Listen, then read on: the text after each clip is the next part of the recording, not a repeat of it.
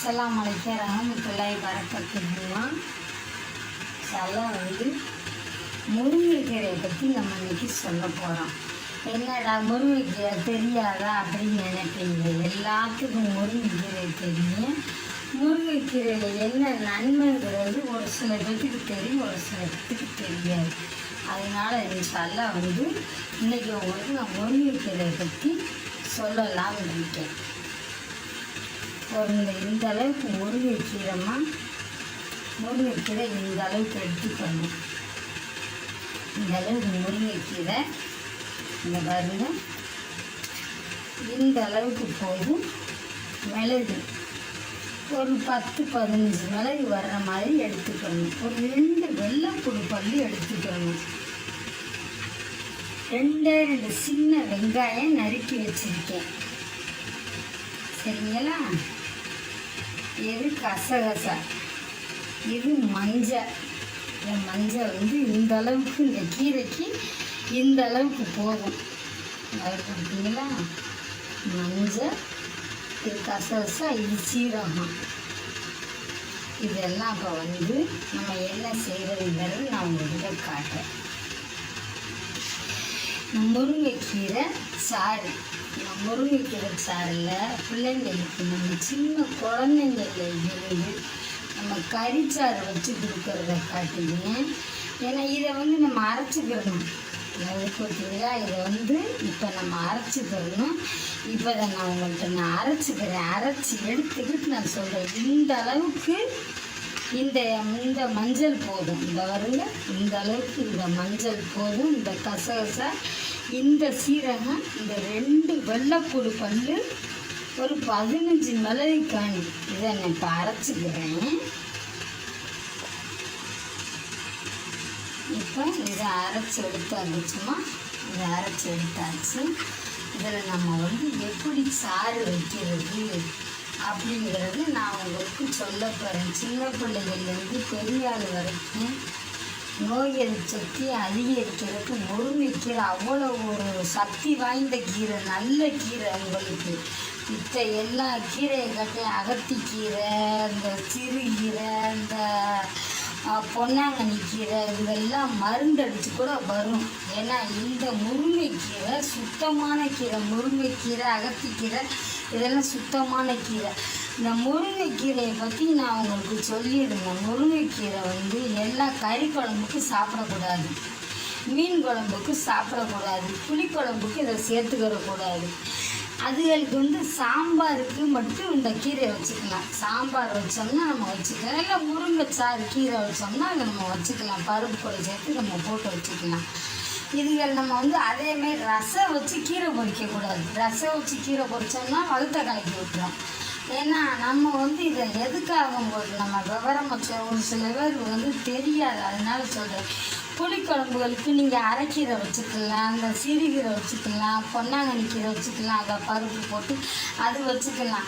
இந்த மாதிரி நீங்கள் புளிக்குழம்பு வைக்கையில் முருங்கைக்கீரையை வச்சு நீங்கள் இந்த மாதிரி வச்சுக்கிறாங்க. நீங்கள் ஒரு சில பேர்த்துக்கு அதை ஏற்றுக்கிறாங்க. அதனால தான் சொல்கிறேன் நான் உங்கள்கிட்ட. அது இந்த வெயில் நேரத்துக்கு சுத்தமாக ஏற்றுக்கிறாரு. சாம்பாருக்கு அது செட் ஆகும் இந்த கீரை. இந்த கீரை சாறு எப்படி வைக்கிறதுங்கிறத நம்ம காட்ட ரத்த குளுத்தி அப்படி ஒரு அதிகரிக்கும். பிள்ளைகள்ல இருந்து பெரியாள் வரைக்கும் அப்படி ஒரு அதிகரிக்கும் கீரை சாறு உங்களுக்கு நான் வச்சு காட்டுறேன்.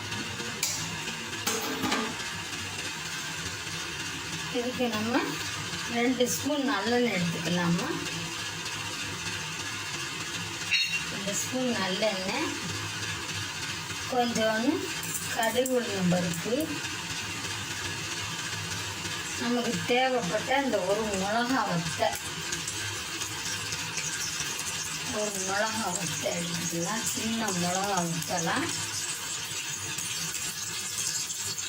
இந்த வெங்காயம் 2 வெங்காயம் இதை நம்ம எடுத்துக்கலாம்.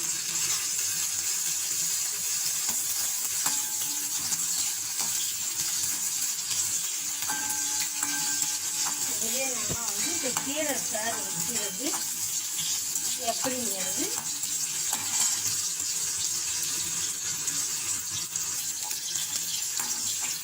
இது கூட நம்ம சேர்த்து வேணும்னா ஒரு சின்ன தக்காளி பழம் எடுத்துக்கலாம். அந்த அதுக்கு ஒரு சின்ன தக்காளி பழம் எடுத்துக்கலாம்.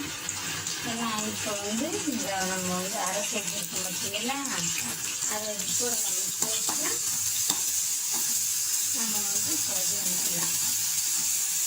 இந்த கீரையை என்னன்னு தெரியுங்க, கீரையை உடனே அலசக்கூடாது.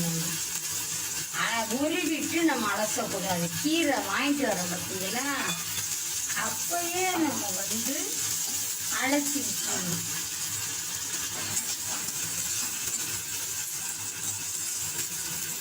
அளவுக்கு நம்ம வதக்கி விட்டுட்டு, இது வந்து சின்ன ஒரு ஆளுக்கு குழந்தைகளுக்கு நம்ம எடுக்கிறாங்க எடுத்துக்கலாம். நம்ம பெரிய ஆளுக்கு தேவைன்னா அதுக்கு தகுந்த மாதிரி நம்ம சேர்த்துக்கலாமா.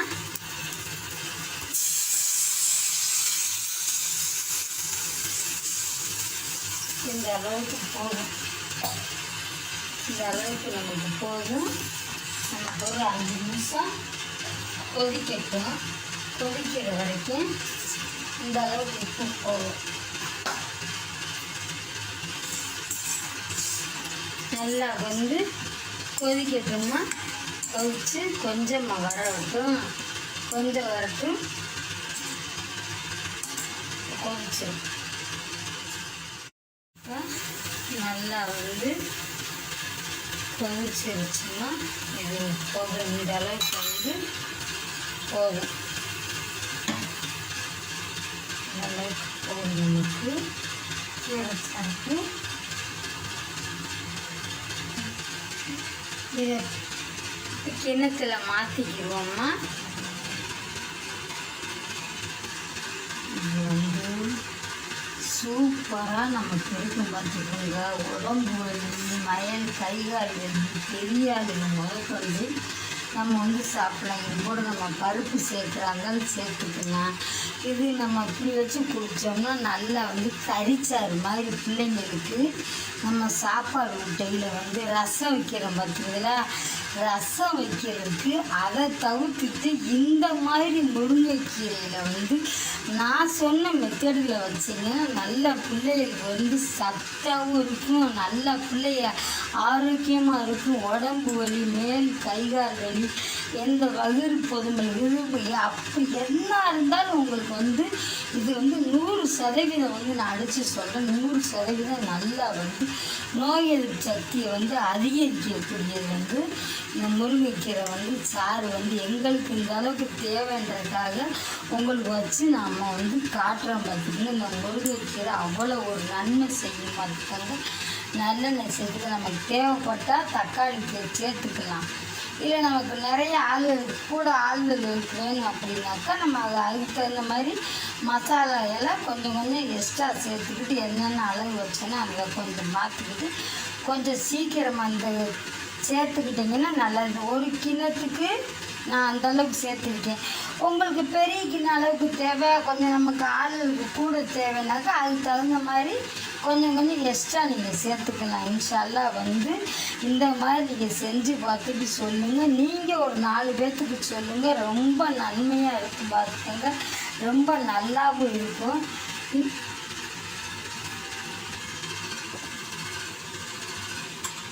இந்த மாதிரி வந்து இன்ஷா அல்லாஹ் வந்து எல்லாத்துக்கும் வச்சு கொடுங்க.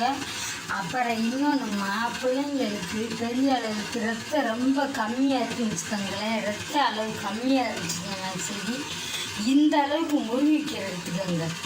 இந்த அளவுக்கு முருங்கைக்கீரை எடுத்துக்கிட்டு இதை வந்து என்ன செய்யுங்க, இதை மிக்சியில் நல்லா வந்து உருவி போட்டு நல்லா அடிச்சிருங்க. அடித்து ஒரு 1/2 கிளாஸ் அளவுக்கு சாறு வரும். 1/2 கிளாஸ் அளவுக்கு சாறு எடுத்துக்கிட்டு ஏன்னா 2 ஸ்பூன், நல்ல பெரிய ஸ்பூன் 2 ஸ்பூன் சம அளவு இதில் எவ்வளோ வருதோ அந்த அளவுக்கு வந்து தேன் கலந்து அது கூட கொஞ்சோன்னு வந்து அது இந்த இது சேர்த்துக்கோங்க.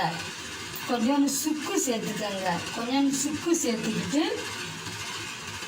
2 மிளகு சேர்த்துக்கோங்க.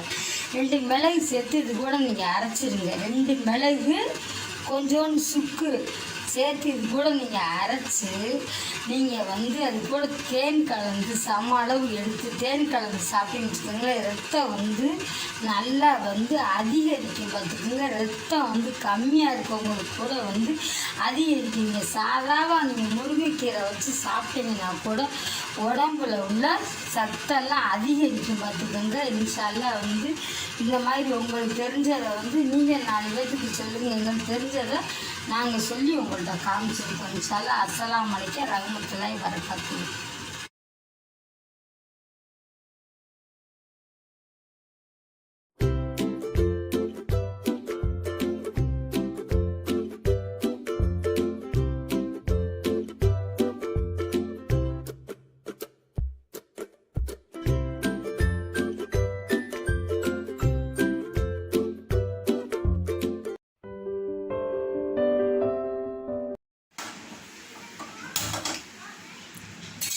அஸ்ஸலாமு அலைக்கும் ரஹ்மத்துல்லாஹி வரகாத்துஹும்மா. இது வந்து அரிசி மாவு வச்ச மெனிக்க வீட்டிலேருந்து மெனிக்க என்ன அதை செய்யலாம், எப்படி செய்யலாங்கிறத நான் காமிக்கிறேன் பிள்ளைங்களுக்கு வந்து. ஏன்னா அரிசி மாவு எடுத்து வச்சுருக்கேன். இது வந்து அரை முடி தேங்காய் பால் எடுத்து வச்சுருக்கேன். இது வந்து சீனி எடுத்து வச்சுருக்கேன். இது வந்து சுக்குமா பாருங்க, இந்த சுக்கு பவுட்ரு பண்ணி இந்த மாதிரி சலடையில் வந்து சளிச்சு வச்சுருக்கேன். இது என்ன செய்யலாங்கிறத இப்போ வந்து நான் காட்டுறது. கூட மஞ்சத்தூள் வச்சுருக்கேன். இது சளிச்சதில் மிச்சமாக சுக்குது, சளிச்சதில் மிச்சம். இந்த அளவுக்கு தான் நம்ம சுக்கு போட போகிறோம் நம்ம. ஏன்னா இந்த அளவுக்கு எடுத்ததில் இந்த மாதிரி நுணுக்கி வச்சுருக்கேன். அதை பவுட்ரு பண்ணி இந்த அளவுக்கு வச்சுருக்கேன். இந்த மாவுக்கு இந்த அளவு போட்டால் போதும். ஏன்னா நல்லா வீட்டில் இந்த மெனிக்க யாருக்கு வேணாலும் கொடுக்கலாம், செரிமானத்தை தூண்டும்.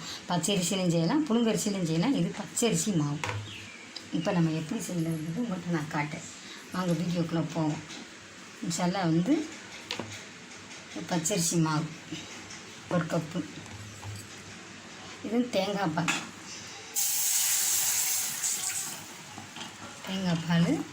இது வந்து லைட்டாக வந்து அப்படி வந்து சுடட்டுமா.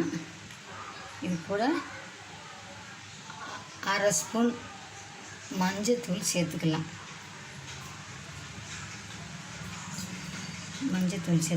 அந்த சுக்கு பொடி பண்ணதை நம்ம இது கூட சேர்த்துக்கலாம்.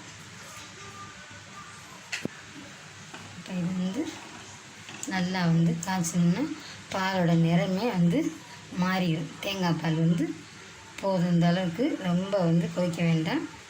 ஏன்னா இது பாருங்கள், இதை அப்படியே வந்து நம்ம போட்டுகிட்டே வந்து இந்த மாவை பச்சரிசி மாவை இது கூட நம்ம சேர்த்துடலாம். சேர்த்து நம்ம இப்படியே கிண்டிக்கிட்டே நம்ம வரணும். இதை நம்ம இப்படி கிண்டிக்கிட்டே வரணும். ஜீனி இது கூட இவ்வளோ சேர்த்துக்கணும் இந்த மாவு கூட. இப்போ அதை நல்லா வந்து அரை வேக்காடு வந்து வேக வச்சுக்கணும். நல்லா வந்து அப்படியே பிறந்து வச்சுக்கோங்களேன். அந்த தேங்காய் பால் அதுக்கும் சேர்த்து அப்படியே ஜீனி வந்து இலக்கம் கொடுத்து நல்லா வரும் பாருங்கள். இப்போ இது நல்லா வந்து இப்போ வெந்துருச்சு. இதை வந்து எப்படி சூஸ்பரி மாதிரி பண்ணலாங்கிறது இப்போ நான் காட்டுறேன் உங்கள்கிட்ட. இப்போ வந்து 10 நிமிஷம் வந்து மாவு ஆறட்டும். அது மஞ்சள் கலர் சூஸ்பரி எப்படி செய்யுதுங்கிறது நல்லா வந்து ஆறிடுச்சு. இதை வந்து நம்ம வந்து கொஞ்சம் எடுத்துக்கணும். நம்ம வேக்காடலாட்டினா அரிசி மாவு மாதிரி போயிடும் உங்களுக்கு. இது வந்து நல்லா அந்த மாதிரி வச்சுக்கிட்டு நம்ம வந்து என்ன சைஸில் வேணுமோ அந்த அளவுக்கு வந்து ஒரு ரிங்கு மாதிரி ஒரு டப்பா மூடி மாதிரி வச்சுக்கிட்டாலும் சரி, இல்லை வந்து ஒரு கம்பி மாதிரி வச்சுக்கிட்டாலும் சரி, ஸ்டார் மாதிரி வச்சுக்கிட்டாலும் சரி. எங்கள் வீட்டில் இந்த மாதிரி தான் இருக்குது இப்போதைக்கு. அதனால் இதை வச்சு நான் வந்து எடுத்து காட்டுறேன். பாருங்க இப்படி வந்து சூஸ்பரியாக வந்து நமக்கு வந்து வரும் பாருங்கள். அப்படி கடையில் வாங்கினது கூட தோற்று போயிடும். அந்த அளவுக்கு வந்து நல்லா இருக்கும். இதில் நம்ம என்ன சேர்த்துருக்கோம், நம்ம சுக்கு சேர்த்துருக்கோம். சுக்கு வந்து சேர்த்துருக்கோம்னாக்கா வந்து பிள்ளைங்களுக்கு வந்து ஜீரணமாகக்கூடியது. அதனால் வந்து பார்க்குறதுக்கு வந்து கொலக்கட்டமாக இருக்குதுன்னு சொல்லாது பிள்ளைங்க, சூஸ்பெரி மாதிரியே இருக்கும். அதான் நமக்கு வந்து நம்ம எந்த அளவுக்கு தேவையோ அந்த அளவுக்கு நம்ம எடுத்து கரெக்டாக வந்து ரவுண்டு பண்ணி நம்ம வச்சுக்கணும்.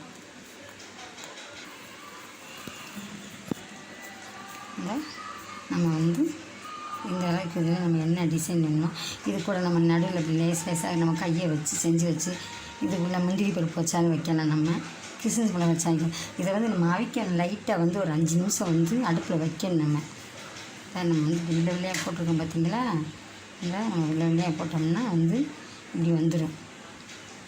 இல்லை நமக்கு வந்து நல்லா வந்து அழகாக வந்து சேஃபாக வந்து நம்மளுக்கு இப்படி வரும். சூஸ்பெரியாக பார்த்தோம்னா வந்து அழகாக பிள்ளைங்க விரும்பி சாப்பிடுவாங்க. இப்போ இது எல்லாமே உருட்டியாச்சு.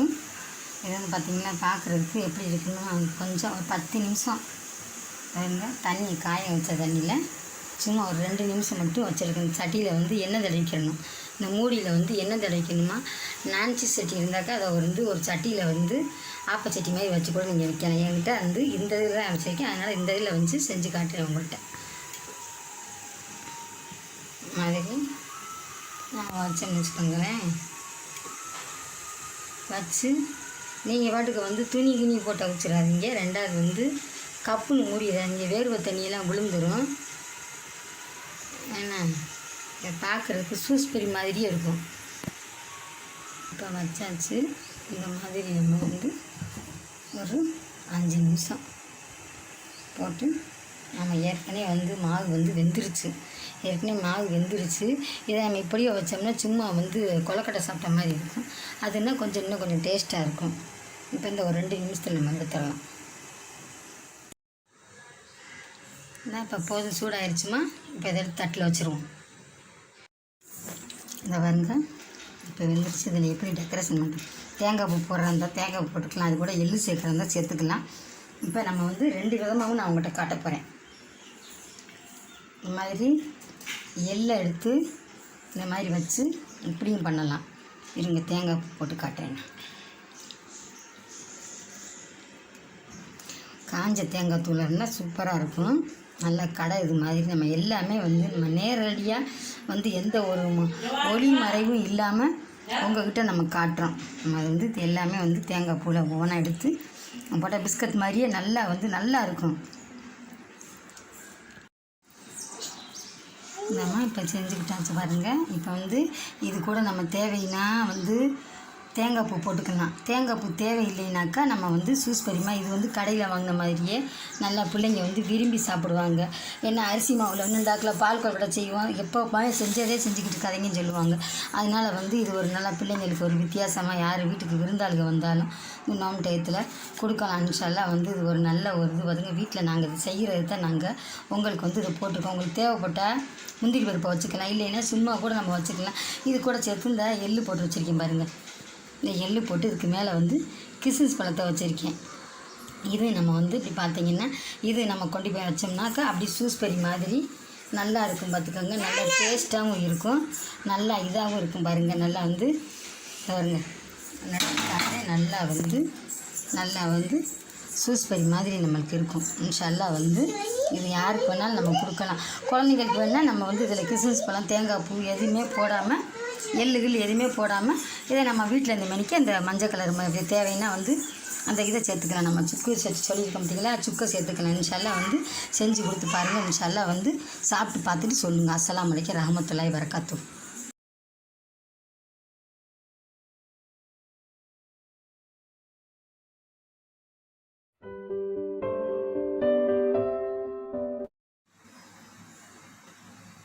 அஸ்ஸலாமு அலைக்கும் ரஹ்மத்துல்லாஹி வரகாத்துஹும்மா. கறி குழம்பு வைக்கிறது எப்படின்னு பார்த்துக்கலாமா. நான் வந்து எலும்பு கறி வாங்கியிருக்கேம்மா. எலும்பு கறி வந்து ஆட்டுக்கறி. இது வந்து எலும்பு கறி வந்து ஆட்டுக்கறி வாங்கியிருக்கேன். ஏன்னா ஒரு 200 எடுத்திருக்கேன்னா நான் எதுக்குமே மஞ்சத்தூள் கவுள் வாடை இல்லாமல் இருக்கிறதுக்காக மஞ்சத்தூள் போட்டு தான் நான் கழுவுவேன். அதனால் மஞ்சத்தூள் போட்டு கழுவி வச்சுருக்கேன். நம்ம ஏற்கனவே வந்து கறி மசாலா பொடி வந்து நான் போட்டிருக்கேன். அந்த பொடியை வச்சு நான் உங்களுக்கு வந்து இன்றைக்கி வந்து கறி குழம்பு செய்கிறது எப்படிங்கிறத நான் இன்ஷால்லா வந்து நான் உங்களுக்கு வந்து செஞ்சு காட்டுறேம்மா. நம்ம வாங்க போவோம்.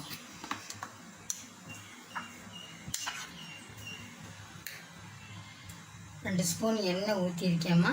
நல்லெண்ணெய் தேவைன்னா நீங்கள் நல்லெண்ணெய் ஊற்றிக்கலாம், இல்லைன்னா நீங்கள் கோல்டு வின்னர் ஊற்றிக்கலாம், அது உங்கள் பிரியம்.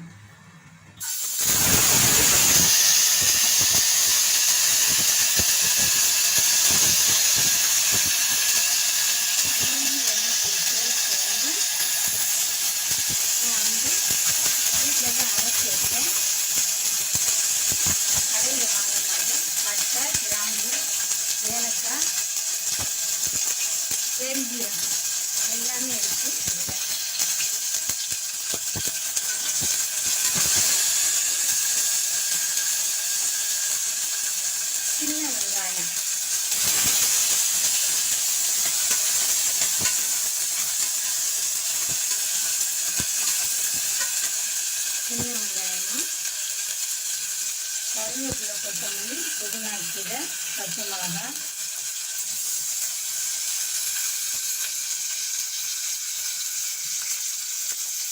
ஒரு 2 தக்காளி எடுத்து வச்சுருக்கேன்.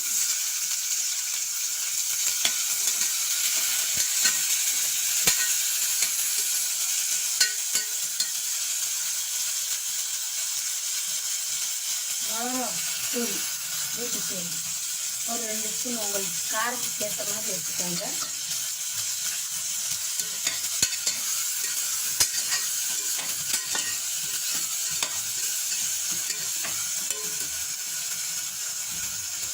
இது குழம்பு பொடி வீட்டில் திரிச்சு வச்சுருக்கேன். அது ஒரு 2 ஸ்பூன், நல்லா பெரிய ஸ்பூன் 2 ஸ்பூன். உங்கள் குழம்புக்கு உங்களுக்கு எவ்வளோ தேவையோ அந்த அளவுக்கு நீங்கள் வந்து பொடி நீங்கள் எடுத்துக்கலாம்.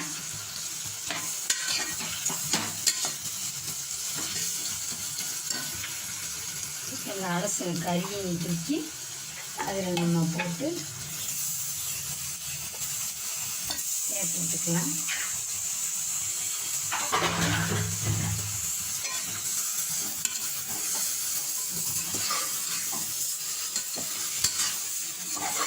நான் வந்து பெரும்பாலும் சட்டியில் தான் வைப்பேன். எறும்புகிறதுனால வந்து உங்களுக்கு வந்து இப்போ குக்கரில் வச்சு சொல்கிறேன்.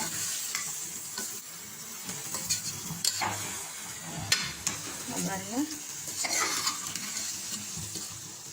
இதில் வந்து நம்ம வந்து சாப்பிட்டு வைக்கிறாந்தா வந்து தனி மல்லிப்பொடியை நம்ம வீட்டில் தெரித்து வச்சுருக்க மிளகா பொடி அதை ஒரு நாளைக்கு உங்களுக்கு செஞ்சு நான் காட்டுறேன். இது வந்து ஒரு 2 சில்லு அளவுக்கு தேங்காய் பார்த்துக்கோங்க. 2 சில்லு அளவுக்கு தேங்காய். உப்பு வந்து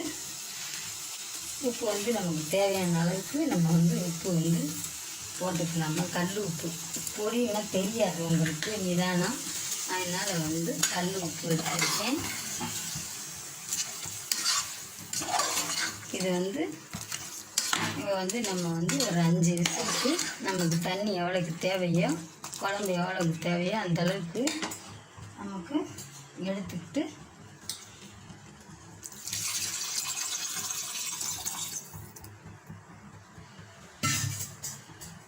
இந்த அளவுக்கு போதும்.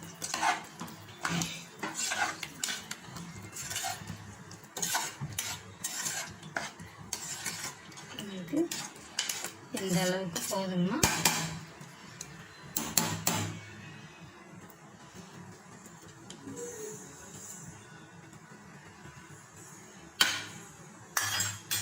எங்களுக்கு இந்த அளவுக்கு போதும். இது வந்து ஒரு நல்லா வந்து ஒரு 5-6 விசிலுக்கு வந்து வேகட்டும். மூடி வச்சுருவோம். 5 விசில் வரட்டும். இப்போ 5 விசில் வந்துருச்சுன்னா குழம்பு எப்படி இருக்குன்னு பார்ப்போம்.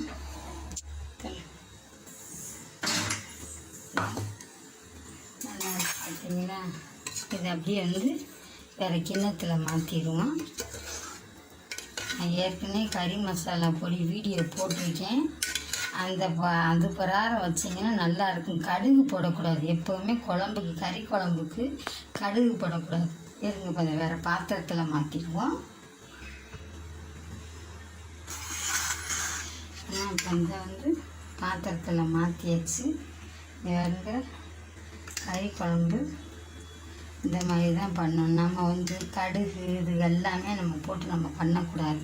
சோம்பு, இந்த பட்டை கிராம்பு இலக்கம் அந்த மாதிரிலாம் போட்டு பண்ணணும். இன்ஷா அல்லாஹ் வந்து நான் கறி மசாலா பொடி போட்டிருக்க மாதிரி திரித்து நீங்கள் சமைச்சு பார்த்தீங்கன்னா பாய் வீட்டு குழம்புன்னு எல்லாருமே சொல்லுவாங்க. ரொம்ப சூப்பராக இருக்கும். இன்ஷா அல்லாஹ் நீங்கள் செஞ்சு பார்த்துட்டு சொல்லுங்கள். அஸ்ஸலாமு அலைக்கும் ரஹ்மத்துல்லாஹி பரகாத்துஹு.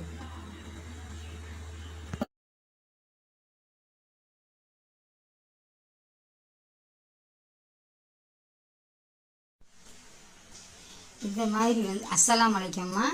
இந்த மாதிரி வந்து கேசரி செய்வது எப்படின்னு வீடியோக்குள்ளே போய் நம்ம வந்து பார்ப்போம்மா. இந்த பாருங்கள், வீட்டில் இந்த மெனிக்கே வீட்டில் இருக்க பொருளை வச்சு நம்ம வந்து கேசரி செய்கிறது எப்படின்னு நம்ம வந்து என்ன நேரத்துக்கு என்ன போட்டிருக்காங்க, என்ன செஞ்சுருக்காங்க, என்ன சேர்த்துருக்காங்கிறது இப்போ நம்ம வீடியோக்குள்ளே பார்ப்போம். இன்ஷா அல்லாஹ் வாங்க.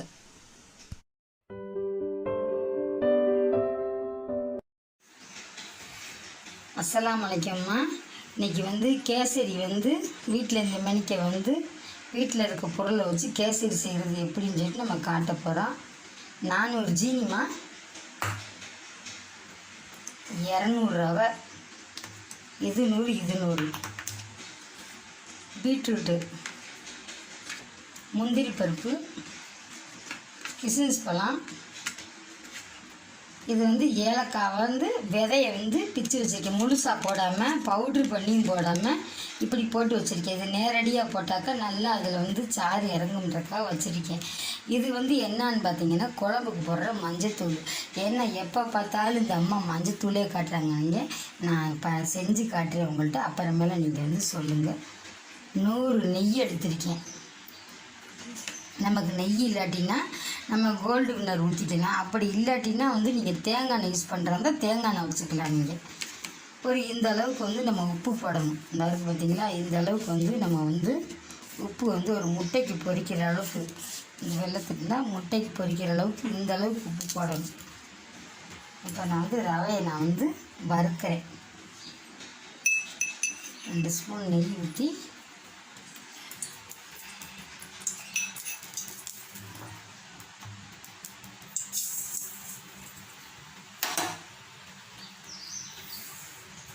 நல்லா இப்போ வறுத்துக்கலாம்.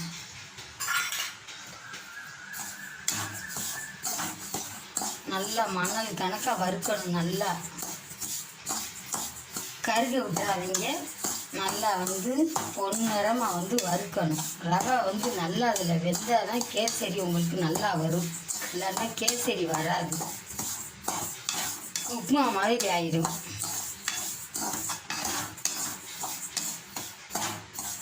ஒரு 5 நிமிஷம் ஆகும், வறுத்துக்கலாம்.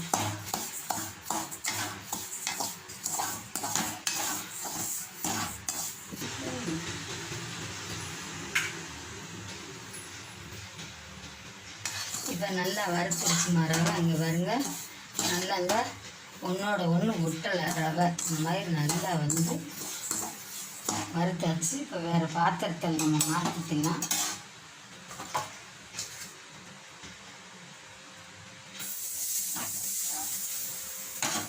நம்ம என்ன அது ரவை தெரிக்குன்றதுக்காக வந்து நெய் 100 நெய்யை நம்ம ஊற்றிக்கலாம்.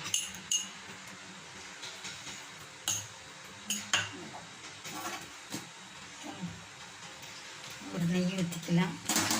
முதல்ல வந்து முந்திரி பருப்பை போட்டுக்கலாம்.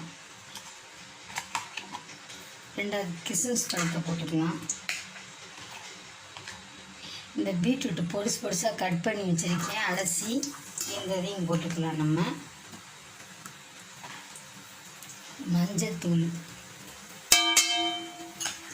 செஞ்சு பாருங்கள் எப்படி இருக்குன்னு சொல்லி தெரியும் உங்களுக்கு. என்னடா இவங்க வந்து இதெல்லாம் போட்டு பண்ணுறாங்களே, வீட்டில் திடீர்னு யாராவது வந்தாங்கன்னா போய் அவசரத்துக்கு வெளியில் போய் வாங்க தேவையில்லை. வீட்டில் இருக்க பொருளை வச்சு நம்ம வந்து ஸ்வீட் பண்ணி அவங்களுக்கு கொடுத்துடலாம்.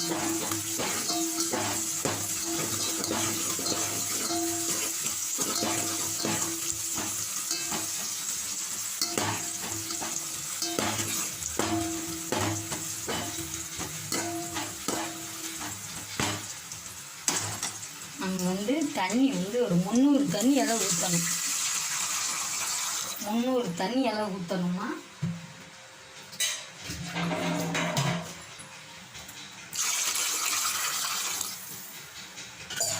அந்த தண்ணி நமக்கு வந்து 10 நிமிஷத்தில் வந்து தண்ணி கொதிச்சிடும். நம்ம வந்து தண்ணி கொதிச்சோன்னா ரவையை போட்டு நம்ம கிண்டலாம்.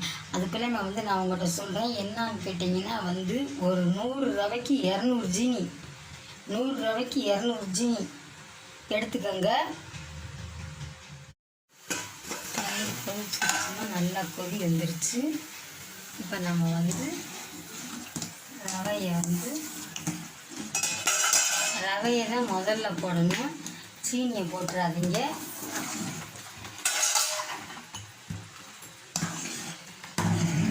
உப்பு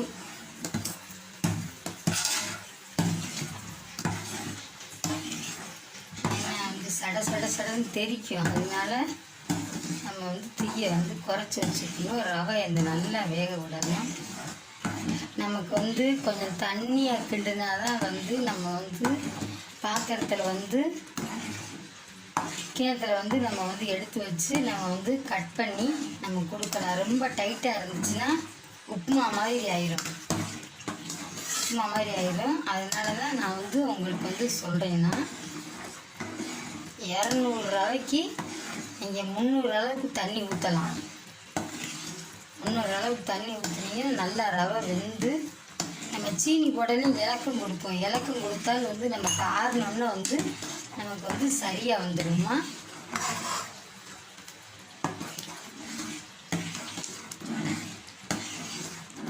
வந்து ரவை நல்லா வெந்துருச்சுமா. இப்போ தான் நம்ம ஜீனியை போடணும்.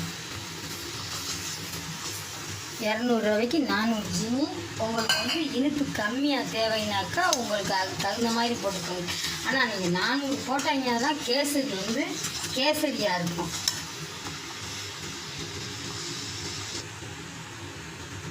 இப்போ நல்லா ஜீனி போட்டாச்சுமா. அந்த குறை நெய்யை வந்து இப்போ ஊற்றிக்கலாம். அது உங்களுக்கு தேவைப்படுற அளவுக்கு வந்து நெய் வந்து உங்களுக்கு எவ்வளோ தேவையோ எவ்வளோ ஊற்றினாலும் நல்லா இருக்கும்.